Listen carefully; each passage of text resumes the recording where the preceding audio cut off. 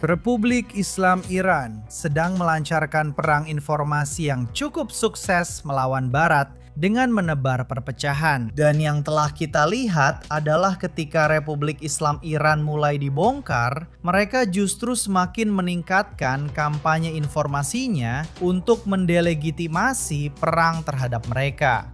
Mereka dapat dengan bebas mempengaruhi lingkungan informasi kita melalui media sosial dan media. Selamat datang kembali di Access of Truth di JNS. Hari ini kita kedatangan tamu yang sangat-sangat istimewa untuk membahas salah satu isu besar yang sering kita bicarakan di acara ini. Namun kali ini bersama seseorang yang benar-benar ahli dan telah mendalami detail tentang apa yang terjadi di media sosial. Jadi saya ingin menyambut tamu kita hari ini, Travis Hawley. Saya akan membacakan biodata lengkapnya untuk Anda, karena menurut saya sangat penting untuk menyoroti betapa banyak informasi yang dimiliki orang ini tentang apa yang sebenarnya terjadi di lapangan. Dan apa yang kita lihat, pola-pola yang kita lihat di media digital dan sosial, yang kemudian diperkuat oleh media arus utama, seperti yang sudah kita bahas. Jadi, Travis Hawley. Maaf, sebenarnya dia adalah mantan perwira intelijen Angkatan Udara. Dia juga pernah menjadi analis intelijen di NSA, penerjemah bahasa Ibrani, serta analis media regional di CENTCOM. Dia juga pernah bekerja sebagai instruktur untuk Departemen Keamanan Dalam Negeri. Dan tentu saja, seperti yang akan kita lihat dari apa yang dia bicarakan, karirnya benar-benar berada di persimpangan antara intelijen dan analisis media, serta riset siber dan jurnalisme investigasi. Dia telah memimpin analisis media dan media sosial, baik di pemerintahan maupun di sektor swasta, yang menjadi fokus utamanya saat ini, termasuk menjabat sebagai direktur media di dua perusahaan keamanan siber yang berbeda. Selain itu, kita juga tahu bahwa dia adalah pendiri Shadowgraph Intelligence, di mana dia menyelidiki ekstremisme, operasi pengaruh asing, yang akan banyak kita bahas hari ini, dan perilaku tidak otentik yang terkoordinasi. Sekali lagi, kita akan membahas hal itu hari ini. Begitu juga dengan aktor anonim di dunia maya, ya. Semua bot yang sering kamu lihat di kolom komentar dan jaringan digital yang kompleks di sekitarnya. Jadi, Hawley berfokus pada penggunaan intelijen sumber terbuka dan metode intelijen naratif untuk mengidentifikasi aktor tersembunyi di media sosial. Untuk memetakan beberapa ekosistem tersebut dan mengubah bukti digital yang kompleks menjadi sesuatu yang bisa kamu atau aku pahami. Jadi, tanpa berlama-lama lagi, Travis, aku ingin mengucapkan terima kasih banyak karena sudah bergabung bersama kami hari ini, menjelaskan sedikit tentang apa yang sedang terjadi. Terima kasih sudah hadir di sini. Terima kasih, Emily. Jadi, aku ingin mulai dengan memberikan sedikit penjelasan kepada para penonton yang mungkin tidak terlalu mengikuti perang informasi. Maksudku, apa itu perang informasi? Apa yang kita lihat di media sosial hari ini, terutama seputar perang Iran, Ya, menurut penilaianku, perang informasi adalah perang yang sebenarnya.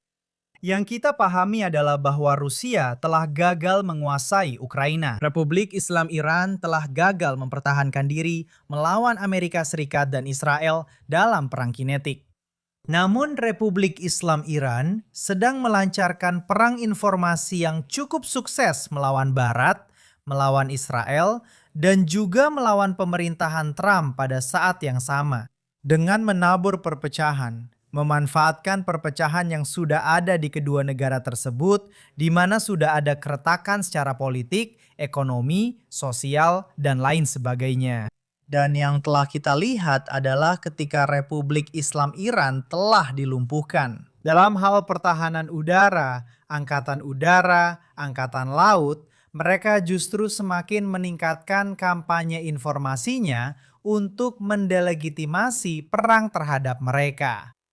Sekarang, saya ingin bertanya kepada Anda, siapa saja para pemain dalam permainan ini? Siapa aktor negara yang terlibat? Apakah sebagian besar adalah negara? Apakah itu bot? Apakah itu influencer? Apakah itu media? Jadi jawabannya adalah semua itu. Jadi sebenarnya ada ekosistem antara apa yang bisa Anda sebut sebagai resmi, semi-resmi, tidak resmi, negara, semi-negara, dan yang berafiliasi dengan negara. Ada spektrum pelaku yang melakukan perang informasi, yang sebenarnya adalah bagian dari perang kognitif. Dan Anda bisa menyebut Press TV, ini adalah media milik Republik Islam Iran, Press TV, Tasnim News. Anda bisa menyebut IRIB yang merupakan corong propaganda Republik Islam. Dan kemudian Anda bisa menyebut hal-hal seperti aktor siber mereka. Microsoft sendiri telah merilis laporan intelijen ancaman tentang operasi pengaruh berbasis siber oleh kelompok peretas, baik yang didukung negara maupun semi-negara, serta para influencer dan bot. Semuanya ini benar-benar bertindak secara bersamaan untuk mempengaruhi semacam perubahan kognitif di Barat. Dan saya tidak ingin mengatakan bahwa mereka sepenuhnya bekerja sama. Pada tingkat negara bagian atau tingkat negara bangsa, harus saya katakan, secara resmi mereka cenderung bekerja lebih terkoordinasi secara alami. Tapi ketika masuk ke hal-hal seperti, Anda tahu, influencer, orang-orang yang dimanfaatkan, bot, dan semacamnya, biasanya menjadi sedikit kurang terkoordinasi. Tapi pada akhirnya, mereka memiliki tujuan yang sama, yaitu untuk mematahkan semangat Barat. Tujuannya adalah menciptakan perpecahan politik dan sosial yang lebih dalam. Dan ketika mereka melakukan ini, baik secara bersama-sama maupun tidak, sebenarnya ini cukup efektif. Dan yang kita lihat sekarang adalah adanya beberapa inovasi. Saya benci mengakuinya. Saya tidak ingin memuji rezim teroris ini, tapi mereka benar-benar berinovasi dalam perang informasi secara real time. Mereka menjalankan kampanye di media sosial yang bahkan Rusia pun belum bisa lakukan secara efektif. Jadi, kita sedang berada di masa yang sangat berbahaya dari sisi perang kognitif. Bisakah Anda memberikan beberapa contoh dari hal-hal yang Anda maksud, setidaknya satu atau dua, agar orang-orang memahami wujud nyata dari istilah yang kita gunakan seperti perang informasi atau perilaku tidak autentik? Seperti apa sebenarnya itu? Narasi apa saja yang telah kita lihat didorong oleh rezim dalam beberapa bulan terakhir? Ya, ada dua contoh yang sangat kuat yang ingin saya sampaikan. Salah satunya adalah animasi Lego. Ada organisasi bernama Explosive Media yang menjadi viral di X dan juga hadir di Instagram serta TikTok. Dan mereka telah membuat animasi Lego berbasis AI yang menggambarkan video musik menggunakan karakter Lego, media barat, dan properti intelektual barat. Dan mereka membuat video rap yang dihasilkan oleh AI. Jadi visual dan audionya dihasilkan oleh AI. Dan dalam video-video ini, mereka benar-benar menebar perpecahan dan mendorong narasi yang menentang, khususnya pemerintahan Trump, seperti misalnya Israel yang mengendalikan perang ini. Trump adalah bagian dari apa yang disebut kelas Epstein. Perang ini adalah fokus dari pemerintahan Anda, bukan hak-hak sipil, bukan ekonomi. Dan video-video ini dirancang dengan sangat strategis untuk menurunkan kewaspadaan penonton dengan menggunakan IP barat, seperti animasi Lego serta lagu rap yang sangat menarik. Ini benar-benar bisa menarik penonton baru yang tak akan pernah bisa dijangkau Republik Islam lewat konten berbahasa Farsi, Arab, atau apapun dari kawasan itu. Jadi ini adalah propaganda yang sangat-sangat efektif dan berbahaya, serta inovasi dalam menggunakan konten yang dihasilkan AI dan inovasi dalam memanfaatkan IP barat. Dan omong-omong, aktor di balik ini bukan aktor negara. Ini berdasarkan riset pribadi saya sendiri. Saya sudah mengidentifikasi siapa orang-orang ini. Saya belum menyebutkannya secara publik, tapi mereka adalah mantan musisi dan orang media yang sekarang, menurut kata-kata mereka sendiri, dikontrak oleh Republik Islam Iran. Tapi saya tidak melihat bukti bahwa mereka adalah bagian dari rezim. Namun kesuksesan mereka menarik perhatian rezim. Jadi sekarang, para propagandis swasta di Iran bisa dikontrak untuk mendukung kepentingan rezim. Tujuan di sini. Poin kedua yang ingin saya sampaikan adalah penggunaan akun Kedutaan Republik Islam di X. Akun kedutaan ini menyebarkan meme. Ini sangat menarik. Mereka menyebarkan propaganda dengan kedok misi diplomatik, bukan? Kedutaan mendapat perlindungan diplomatik. Kita memahami hal ini di semua negara. Ada banyak kebebasan yang didapat dari situ. Sekarang, secara digital, mereka menyebarkan meme. Kamu bisa menyebut ini sebagai perang memetika atau perang meme. Mereka menyebarkan meme yang cukup cerdas dan lucu kepada orang-orang yang mungkin tidak terlalu terlibat di sini. Meme lucu, mempermalukan dan mengejek Presiden Trump, kamu tahu, saat dia bilang, kita menguasai Selat Hormuz. Mereka membuat meme yang sekarang cukup terkenal, yaitu setir mainan anak-anak di samping setir mobil orang dewasa. Dan leluconnya adalah, aku yang mengendalikan. Dan kamu harus melihat meme ini untuk memahami betapa kuatnya pengaruh mereka. Jadi, mulai dari AI hingga meme, Republik Islam Iran sedang melancarkan perang informasi yang jauh lebih canggih daripada negara manapun di dunia saat ini.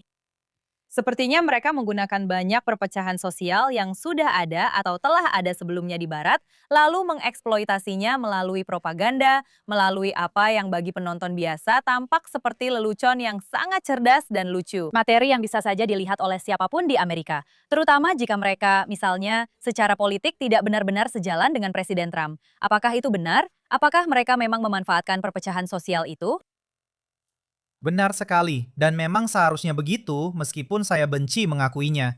Ini memang bahan yang mudah dimanfaatkan. Ini adalah sasaran empuk. Kamu tidak perlu menciptakan perpecahan dalam sistem politik atau sosial Amerika. Cukup identifikasi saja. Mereka mungkin bahkan hanya menonton berita Amerika. Saya rasa memang begitu. Kalau mereka cukup pintar, mereka akan menggunakan AI untuk memahami di mana letak perpecahan itu dan mana yang paling strategis untuk ditekan.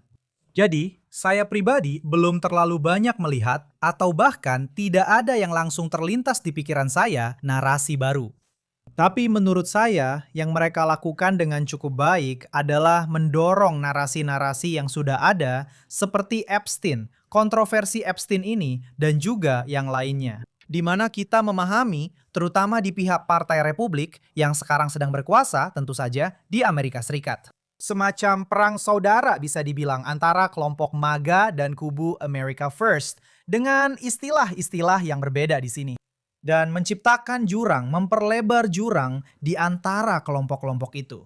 Dengan menggambarkan ini sebagai pengalihan perhatian dari merilis berkas Epstein dan membingkai ini sebagai sesuatu yang tidak sejalan dengan America First. Dan ini efektif. Saya akan jujur kepada Anda, jenis pesan seperti ini memang efektif. Dan kita telah melihat dalam jajak pendapat dan survei bahwa perang di Iran ini sangat tidak didukung oleh sebagian besar orang Amerika dan semakin banyak oleh elemen-elemen Partai Republik. Anda tahu, saya ingin menanyakan sesuatu yang berkaitan dengan itu. Ada narasi yang sangat umum yang semakin gencar disebarkan. Jadi di media sosial, baik itu oleh tokoh media, atau Anda tahu, kedutaan itu sendiri, kedutaan Iran, kedutaan rezim Islam seharusnya saya katakan. Tapi itu adalah serangan terhadap hubungan Amerika dengan Israel secara umum, sesuatu yang sudah pernah saya bahas sendiri di acara ini. Apakah Anda akan mengatakan bahwa itu juga salah satu perpecahan sosial yang coba diperbesar oleh Republik Islam? Mungkin bukan hanya mereka saja. Maksud saya tahu Anda telah melakukan banyak penelitian tentang Turki, Rusia, banyak aktor negara ini yang menggunakan media sosial untuk memicu dan memperbesar perpecahan di Barat. Apakah itu juga salah satunya? Ya, lihat, itu memang sesuatu yang, maaf untuk semua istilah yang mungkin tidak dipahami oleh orang-orang di luar sana. Ini adalah konsep tapal kuda dalam ideologi politik. Kelompok kiri ekstrim dan kanan ekstrim semakin sering mengatakan bahwa Amerika Serikat adalah boneka Israel, yang secara nyata dan objektif sangat menggelikan. Tapi itu bukan inti dari perang narasi. Ini sebenarnya bukan soal bukti, ini soal membujuk orang.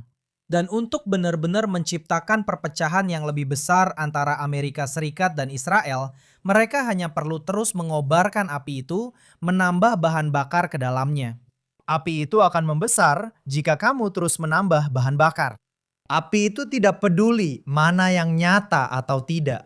Dan menurutku itu mulai efektif. Maksudku, kamu bisa lihat sebagian dari pemerintahan sebelumnya dengan Biden dan kamu tahu pengiriman senjata. Dan sekarang dengan Trump, kamu dengar Perdana Menteri Netanyahu mengatakan dia ingin Israel menjadi mandiri dari bantuan militer Amerika Serikat. Bantuan militer dalam dekade berikutnya.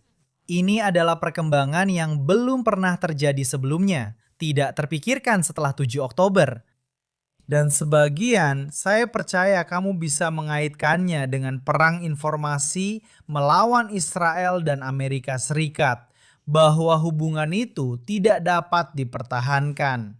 Itu tidak berharga bagi Amerika Serikat. Itu hanya pemborosan uang dan seterusnya. Dan saya pikir hal itu mendorong perubahan baik di Israel maupun di Amerika Serikat. Dan masih harus dilihat apakah perubahan itu akan baik untuk kedua negara atau hanya akan menguntungkan mereka yang menentang Amerika Serikat dan Israel. Kamu tahu, ini menarik karena diskusi ini telah memakan begitu banyak waktu di media dan juga di media sosial seperti yang kamu tahu. Dan secara keseluruhan, dari perspektif Amerika Serikat, kita sedang membicarakan anggaran bantuan luar negeri total yang kurang dari 1% dari anggaran Amerika Serikat. Dan itu untuk setiap negara, bukan hanya untuk Israel. Sebenarnya tepatnya 1,2%. Tapi sungguh aneh bahwa hal ini mengambil begitu banyak porsi dalam diskusi. Seolah-olah hubungan ini saja sangat menguras. Atau entah bagaimana, kamu tahu, beberapa orang anti-Israel akan menggambarkannya sebagai, kamu tahu, parasit. Bahkan ketika sangat kecil, sebenarnya hubungan ini benar-benar menguntungkan kedua belah pihak. Dan aku agak sedikit curhat sekarang, jadi aku jadi terdistraksi sendiri. Tapi aku ingin melanjutkan dengan menanyakan kepadamu soal seluruh ranah perang informasi ini. Maksudku, bagaimana mereka melakukannya? Secara teknis, bagaimana cara mereka melakukannya? Apakah mereka menggunakan bot?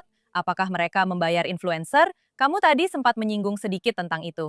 Kami tahu mereka menggunakan akun utama mereka, Media Republik Islam, akun kedutaan.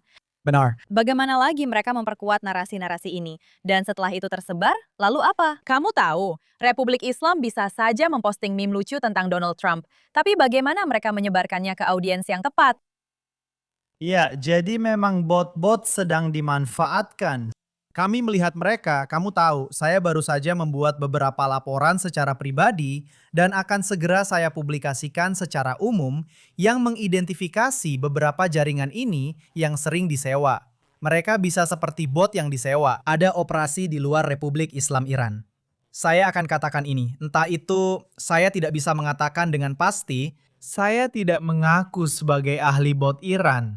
Tapi kalau soal jaringan bot atau yang kita sebut perilaku tidak otentik yang terkoordinasi, yaitu penggunaan bot. Itu adalah penggunaan akun boneka. Perbedaannya adalah bot itu otomatis, akun boneka dijalankan oleh orang sungguhan di balik nama palsu, dan segala sesuatu di antaranya seperti semi-otomatisasi.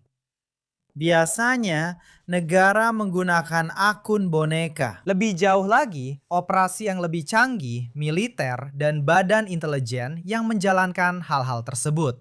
Dan juga jaringan bot bisa dibilang. Operasi dengan server besar dan ya, deretan ponsel seperti ini biasanya dijalankan di negara-negara dunia ketiga. Tidak selalu, tentu saja tidak selalu, tapi biasanya mereka disubkontrakan ke pihak di Asia Tenggara, kadang-kadang ke tempat seperti Turki dan sebagainya. Jadi mereka bisa sedikit menyamarkan siapa yang menjalankan operasi itu. Semuanya bisa dilakukan dengan biaya murah. Jadi memang ada bot yang tidak, ada dua misi dari bot atau perilaku tidak autentik yang terkoordinasi, kita gabungkan saja, entah itu manusia di balik sebuah akun atau akun seperti Joe56321. Pada akhirnya tujuannya ada dua hal. Pertama, untuk memperkuat pesan yang sudah ada di luar sana agar lebih tersebar luas. Baik itu di postingan Tucker Carlson misalnya, atau Candace Owens, atau siapapun, lalu mendorong interaksi seperti suka, komentar, dan berbagi agar pesan itu bisa tersebar lebih luas. Itu adalah salah satu tujuan dari perilaku tidak otentik yang terkoordinasi. Tujuan lainnya adalah untuk menanamkan narasi. Terkadang, lagi-lagi, ini biasanya dilakukan dengan lebih banyak akun boneka karena tidak selalu, tapi karena mereka bisa melakukannya dengan lebih canggih, akun-akun itu terlihat lebih otentik dan mereka masuk ke sana untuk menanamkan sebuah narasi. Dan pada akhirnya, Hal paling kuat yang bisa Anda lakukan bukanlah dengan memaksakan sebuah narasi atau sudut pandang secara berlebihan kepada audiens. Bisa dibilang seperti itu. Cukup dengan menanamkan keraguan atau kecurigaan. Itu jauh lebih kuat daripada memaksa dan memberikan pesan yang terkesan wajib. Dan itulah yang benar-benar terjadi dalam seluruh proses demoralisasi Barat ini. Sekali lagi, ini bukan soal meyakinkan orang. Ini tentang membuat mereka meragukan pemerintahan mereka sendiri dan bahkan nilai-nilai mereka sendiri. Menarik sekali kamu menyebutkan Tucker Carlson, karena aku tahu sudah ada beberapa insiden sekarang. Mereka sedang membangun media negara Republik Islam. Kamu menyebutkan di awal, IRIB menyiarkan klaim-klaim Tucker Carlson, teori konspirasinya. Mereka juga menyiarkan debatku dengan Anna Kasparian misalnya. Mereka menyiarkan cukup banyak dari para aktivis America First yang terkenal buruk dan mengaku demikian. Maksudku, apakah ini bagian dari itu? Apakah itu semacam contoh dari apa yang kamu maksud, di mana mereka memanfaatkan apa yang dilakukan orang lain? Mereka mungkin tidak menerima dana secara langsung, tetapi Republik Islam masih bisa menggunakan itu untuk memicu narasi-narasi ini atau bahkan teori konspirasi. Ya, dan saya pikir itu poin yang bagus. Sangat sulit bagi kami yang bekerja di jurnalisme investigasi dan lembaga pemikir apapun. Bisa sangat sulit bagi kami untuk membuktikan, jika memang bisa, bahwa orang-orang ini benar-benar dibayar. Atau semacam insentif eksplisit dari Republik Islam, Rusia, Tiongkok, Qatar, Turki. Untuk melakukan itu, mungkin Anda memerlukan penegak hukum, surat panggilan, dan hal-hal semacam itu. Tapi yang kita tahu mereka dapatkan, entah mereka menyadarinya atau tidak, saya rasa mereka sadar. Tapi terlepas dari itu, mereka mendapatkan amplifikasi dan mereka mungkin bahkan tidak tahu kenapa video tertentu bisa viral atau seberapa banyak interaksi yang didapatkan. Mereka mungkin sedang membanggakan diri sendiri. Lihat, saya sudah di jalur yang benar. Lihat, semua orang benar-benar menikmati konten saya. Mereka mendukung saya. Mereka mungkin bahkan tidak tahu, setidaknya kalau saya berbaik sangka di sini, mereka mungkin bahkan tidak tahu setidaknya sejauh mana, seberapa banyak dari itu yang diperkuat oleh pihak-pihak yang ingin pesan mereka tersebar lebih luas. Dan itulah masalahnya. Masalahnya di sini ada pada regulasi, transparansi, teknologi, dan semua elemen ini. Kita tidak punya cara lain selain orang-orang seperti saya, kamu, dan yang lain yang bekerja di bidang ini untuk benar-benar mencoba. Melacak siapa yang berada di balik semua hal ini dan apakah itu ilegal serta dampaknya terhadap masyarakat. Seperti kita sedang berada di masa yang sangat buruk dalam sejarah di mana kita telah membiarkan. Sekali lagi, kamu bisa memikirkan dua hal sekaligus. Sangat mendukung kebebasan berbicara. Tapi juga seperti, tapi kita telah membiarkan media sosial begitu saja tanpa kendali. Dan sekarang kita membiarkan AI begitu saja tanpa kendali. Hal-hal ini nyaris sepenuhnya lepas dari kendali. Dan ada banyak konsekuensi dari itu. Tapi dari sisi perang informasi, menurut saya kita sedang melihat tingkat perpecahan yang sangat meningkat di Barat. Dan itu dimulai sebelum pemilihan Trump yang pertama. Dan sekarang tentu saja keadaannya hanya semakin buruk. Sebenarnya, kamu mengangkat sesuatu yang menarik, sesuatu yang sudah kami ungkapkan di acara ini beberapa minggu lalu tentang para influencer atau yang disebut jurnalis yang dibawa ke Iran, secara fisik ke Iran, termasuk setidaknya satu warga negara Amerika Serikat dan satu warga negara Inggris. Warga negara, Bush atau Sheikh. Dan memang saya sendiri sudah menelusuri dan menyelidiki hal ini dan bisa memastikan bahwa setidaknya sebagian dari pendanaan ini berasal langsung dari Republik Islam Iran sendiri. Jadi kita memang tahu bahwa mereka bekerja langsung dengan mereka dalam beberapa kasus. Apakah mereka dibayar secara langsung? Bukan hanya diberi kompensasi non-tunai. Dalam kasus perjalanan ini, perjalanan para influencer ke Republik Islam. Diskusi yang sangat menarik tentu saja, karena ini bisa dan kemungkinan besar memang melanggar sanksi, baik di Inggris maupun di Amerika Serikat. Jadi tampaknya memang ada kurangnya kepedulian, kurangnya penegakan hukum yang sudah ada di negara-negara barat, yang membawa saya pada pertanyaan, Apa yang sebenarnya dilakukan oleh Barat tentang hal ini? Apa yang dilakukan oleh perusahaan media sosial di sektor swasta terkait hal ini? Apakah hal seperti ini bahkan menjadi bagian dari strategi militer ketika kita melihat jenis konflik seperti ini? Ya, itu pertanyaan tersulit yang kamu ajukan sejauh ini, karena saya benar-benar tidak punya jawaban untuk itu. Saya benar-benar tercengang seperti orang lain.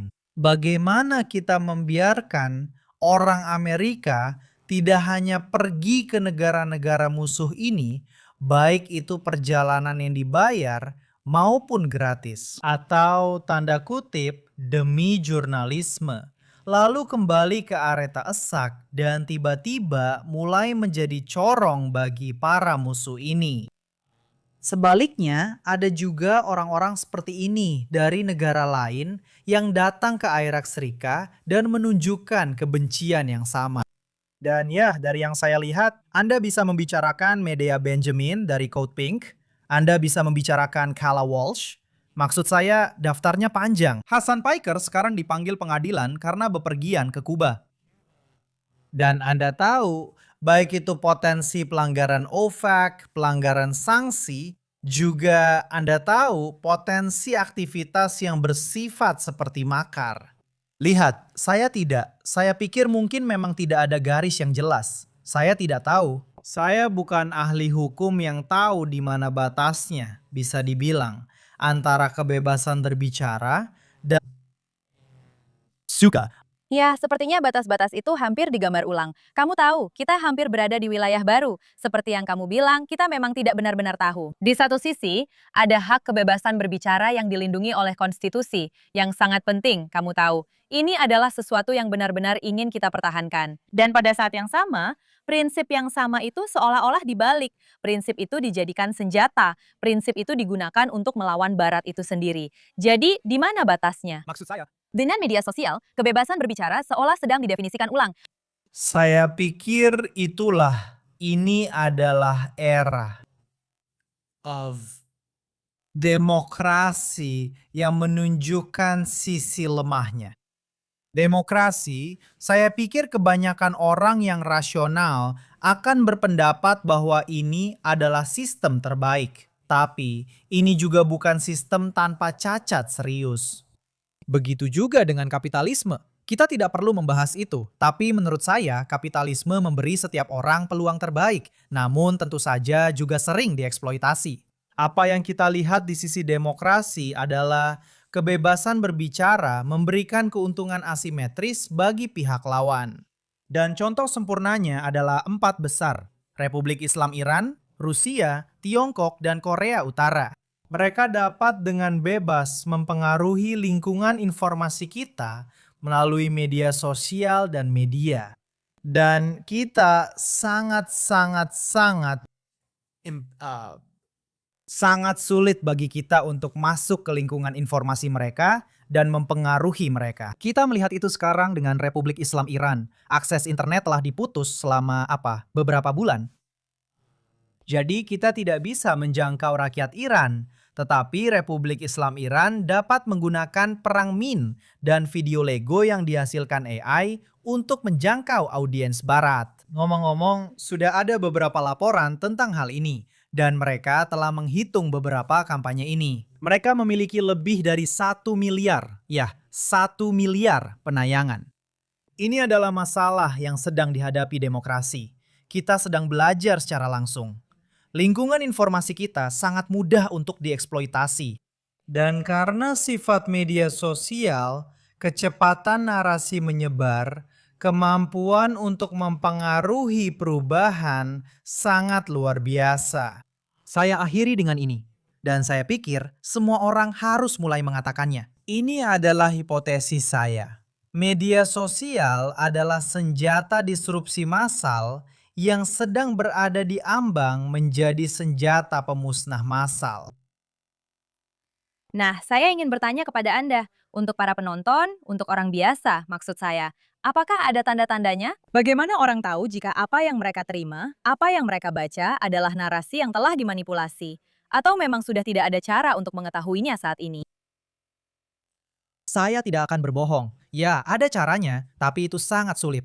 Maksud saya, orang-orang datang kepada saya karena mungkin beberapa orang menganggap saya ahli dalam hal ini. Saya bisa mengajarkan orang-orang bagaimana cara mencari tanda-tanda bahaya dan ciri-ciri yang mungkin ada. Dan saya akan memberikan beberapa contohnya sekarang. Tapi pada akhirnya, sejujurnya, siapa yang punya waktu untuk melakukan semua analisis seperti yang saya, kamu, dan orang lain lakukan? Saya tidak menyalahkan orang-orang. Sayangnya, memang begitulah sifat media sosial dan informasi. Untuk berhenti di setiap postingan dan memeriksa 10, mencari 10 tanda bahaya itu memang tidak praktis. Dan itulah bagian yang menakutkan. Kalau kamu ingin kebenaran menang, maka kebenaran harus mudah dibuktikan. Tapi lingkungan teknologi dan lingkungan informasi tempat kita hidup sekarang tidak memungkinkan hal itu terjadi. Jadi, saya akan memberikan beberapa poin di sini. Terkadang itu berupa nama pengguna berseri di media sosial, John 56321 dan seterusnya. Bisa juga dilihat dari tanggal akun dibuat yang masih baru. Untungnya, di Instagram dan X, sekarang Anda bisa membuka akun pengguna dan mereka telah menambahkan fitur transparansi untuk menunjukkan kapan akun tersebut dibuat. Jadi, Anda tahu, setiap bagian yang akan saya berikan kepada Anda, itu memberinya bobot. Satu bagian saja tidak cukup sebagai bukti. Jadi, jika sebuah akun memiliki nama pengguna yang mencurigakan atau terlihat seperti spam, dibuat dalam 6 bulan terakhir, dan tidak memiliki foto profil, akun itu memposting ratusan kali sehari. Jika potongan-potongan seperti ini digabungkan, Anda bisa mulai membuat penilaian. Ya, saya tidak tahu, itu tampak tidak otentik. Ini adalah perilaku yang tidak otentik. Dan akun-akun yang lebih canggih, seperti yang saya katakan, yang biasanya kita sebut sebagai akun boneka, atau ada orang sungguhan di belakangnya, memiliki lebih sedikit tanda-tanda seperti ini. Jadi bisa sangat sulit. Dan kadang-kadang saya juga tidak tahu perbedaannya, omong-omong. Saya bukan seorang jenius, tapi saya memanfaatkan teknologi untuk menemukan pola dalam data yang tidak akan pernah bisa saya lihat dengan cara lain. Jadi kita sedang berada, sekali lagi seperti yang saya katakan, di masa yang berbahaya. Karena ada cara bagi orang-orang untuk memperhatikan dan mulai memiliki firasat. Saya tidak tahu, rasanya aneh, waktunya, sifat akunnya. Tapi kadang-kadang, bahkan saya sendiri, saya perlu melihat dari sudut pandang yang lebih luas dan menggunakan teknologi untuk benar-benar melihat gambaran besarnya. Kamu tahu, kamu mengangkat poin yang sangat bagus, bahwa itu tidak selalu membuktikan sesuatu itu palsu, atau sebuah akun itu palsu. Tapi memang ada tanda-tanda yang membuat seseorang jadi semakin curiga. Jadi saya menyarankan siapapun yang melihat mungkin komentar kebencian yang kamu terima, untuk tidak terlalu dianggap serius. Hal lain yang saya perhatikan, pola lainnya adalah ada beberapa akun, terutama belakangan ini, yang khusus membahas isu antisemitisme, yang hanya menyebarkan ujaran kebencian paling keji, rasis, dan bernuansa Nazi. Dan ketika kamu mengunjungi akun mereka, mungkin akunnya sudah ada selama beberapa tahun, tapi semua postingannya, maksud saya semuanya, oke? Tidak ada konten asli yang mereka unggah. Semuanya hanya balasan ke orang-orang Yahudi, dan semuanya berisi hal-hal bernuansa Nazi. Jadi untuk akun-akun seperti ini, dan aku sering menemukannya di kolom komentarku, kamu benar-benar tidak boleh langsung mempercayainya. Bahkan jika itu benar-benar orang di baliknya, bisa saja, misalnya, aku tidak bilang pasti, tapi bisa saja, kamu tahu, unit siber IRGC. Mereka punya satu unit penuh berisi orang-orang sungguhan yang memang melakukan hal seperti itu. Mereka memang menargetkan terutama suara-suara berpengaruh atau aktivis. Tapi kamu tahu, sekarang kita sudah lebih dari setengah jam. Tapi aku tetap ingin berterima kasih Travis atas wawasanmu. Aku juga ingin mendorong semua orang untuk mengikuti Travis di Instagram. Nama akunnya Talk to the number 2 Trav. Nanti akan kami tampilkan di layar. Terima kasih atas semua yang sudah kamu lakukan. Aku yakin kita akan mengundangmu lagi karena sayangnya masalah ini sepertinya semakin menjadi masalah dari hari ke hari. Tapi yang pasti, kamu sudah memberikan wawasan penting tentang perang informasi Iran yang sedang kita hadapi secara global saat ini. Dimanapun kamu berada, jika kamu punya internet, kamu adalah bagian dari perang ini. Dan kamu tahu, bahkan jika kamu tidak mengalami pemutusan internet seperti orang-orang di Iran, sayangnya kamu tetap menjadi bagian dari perang ini. Jadi, terima kasih Travis, sudah bergabung bersama kami hari ini. Terima kasih, Emily.